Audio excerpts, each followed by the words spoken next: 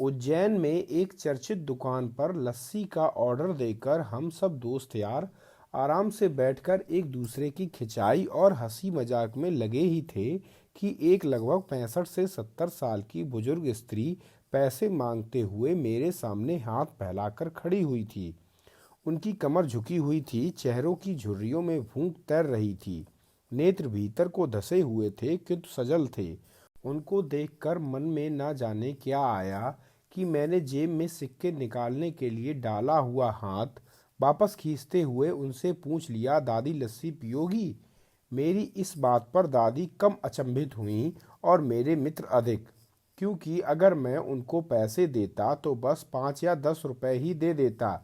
लस्सी 30 रुपए की एक थी, इसलिए लस्सी पिलाने से मेरे गरीब हो जाने की और उस बूढ़ी दादी के द्वारा मुझे ठग कर अमीर हो जाने की संभावना बहुत अधिक बढ़ गई थी। दादी ने सकुचाते हुए हामी भरी और अपने पास जो मांग कर जमा किए हुए 6-7 रुपए थे वो अपने कांपते हाथों से मेरी ओर बढ़ाए। मुझे कुछ समझ नहीं आया तो मैंने उनसे पूछा, ये किस लिए? इनको मिलाकर मेरी लस्सी के पैसे चुका देना बाबूजी। भावुक तो मैं उनको देखकर ही हो गया था, रही बची कसर उनकी इस बात ने पूरी कर दी। एकाएक मेरी आंखें छलछला आईं और भरभराए हुए गले से मैंने दुकान वाले से एक लस्सी बढ़ाने को कहा। उन्होंने अपने पैसे वापस मुट्ठी में बंद कर लिए और पास की जमीन पर ही बैठ गईं। अब मुझे अपनी लाचारी का अनुभव हुआ, क्योंकि मैं वहां पर मौजूद दुकानदार अपने दोस्तों और अन्य ग्राहकों की वजह से उनको कुर्सी पर बैठने के लिए नहीं कह सका। डर था कि कहीं कोई टोक ना दे, कहीं किसी को एक भीख मांगने वाली बूढ़ी महिला के उसके बराबर में बिठाए जाने पर आपत्ति ना हो जाए। लेकिन वो कुर्सी जिस पर मैं बैठा था मुझे काट रही थी। लस्सी कुल्हड़ों में भरकर हम सब मित्रों और बूढ़ी दादी के हाथों में आते ही मैं अपना कुल्हड़ पकड़कर दादी के पास ही जमीन पर बैठ गया, क्योंकि ऐसा करने के लिए मैं तो स्वतंत्र था। इससे किसी को आपत्ति नहीं हो सकती थी। हाँ, मेरे दोस्तों ने मुझे एक पल को घूरा, लेकिन वो कुछ कहते उससे पहले ही दुकान के मालिक ने आगे बढ़कर दादी को उठाकर कुर्सी पर बिठा दिया और मेरी ओर मुस्कुराते हुए हाथ जोड़कर कहा, ऊपर बैठ जाइए साहब।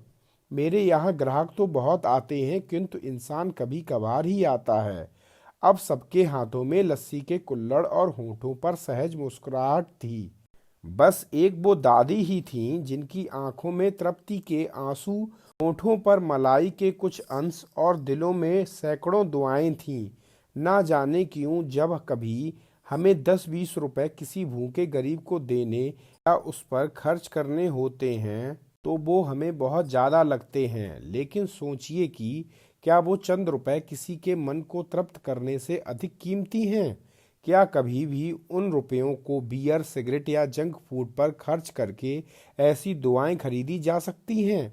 जब कभी अवसर मिले, ऐसे दयापूर्ण और करुणामय काम करते रहें। भले ही कोई आपका साथ दे या ना दे, समर्थन करे या ना करे, सच मानिए इससे आपको जो आत्मिक सुख मिलेगा वह अमूल्य होगा।